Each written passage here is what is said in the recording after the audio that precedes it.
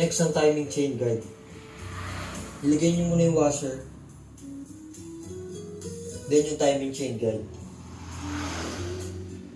Pagkatapos ay higpitan nyo yung bolt.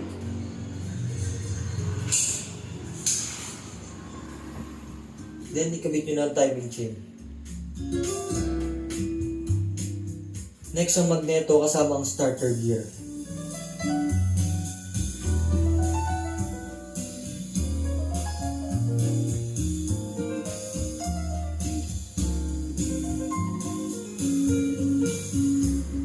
Then, higpitan nyo ang nut ng 80 Nm gamit ang magneto holder at torque wrench.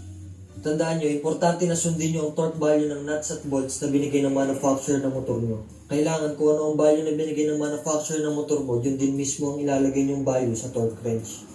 Kasi pag kulang sa higpit, pwedeng lumuwag sa katagalan. At pag sobrang higpit naman ay pwedeng makasira ng thread at makaputol ng bolts. Kaya hindi din advisable gumamit ng impact wrench pang higpit lalo sa makina. Kasi hindi mo makukuha ang torque value nang hindi ka gumagamit ng torque wrench.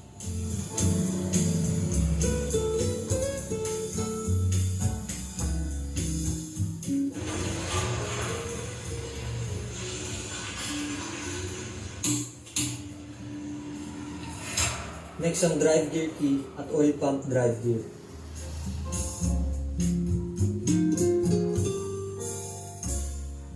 Next, ang oil pump pin,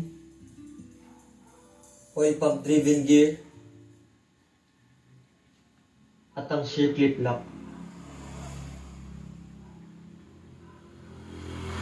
Next, ang primary drive gear. Ang pagkabit niyan, dapat nasa palabas yung mga may maliliit na groove.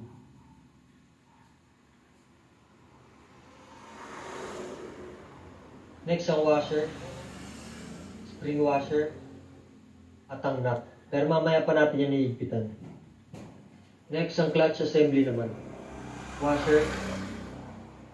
Then, lagyan nyo ng assembly loob ang spacer at loob ng clutch housing bago ikabit.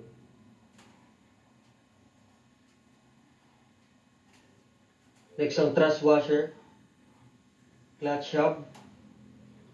Next, ang lock washer, pero ipantay nyo dun sa pwesto ng clutch hub.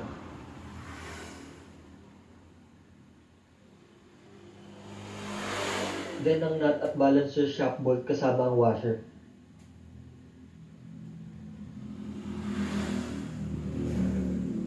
Next, higpitan nyo ng clutch hub gamit ang clutch hub holder at torque wrench. Ang binigay ng Suzuki na torque value para sa nut na yan ay 50 Nm.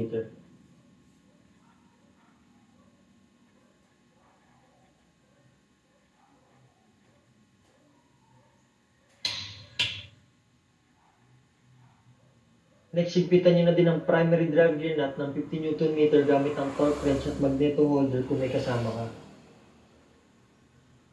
Kung wala ka naman kasama, kumuha ka ng barya para gawin pang stopper ng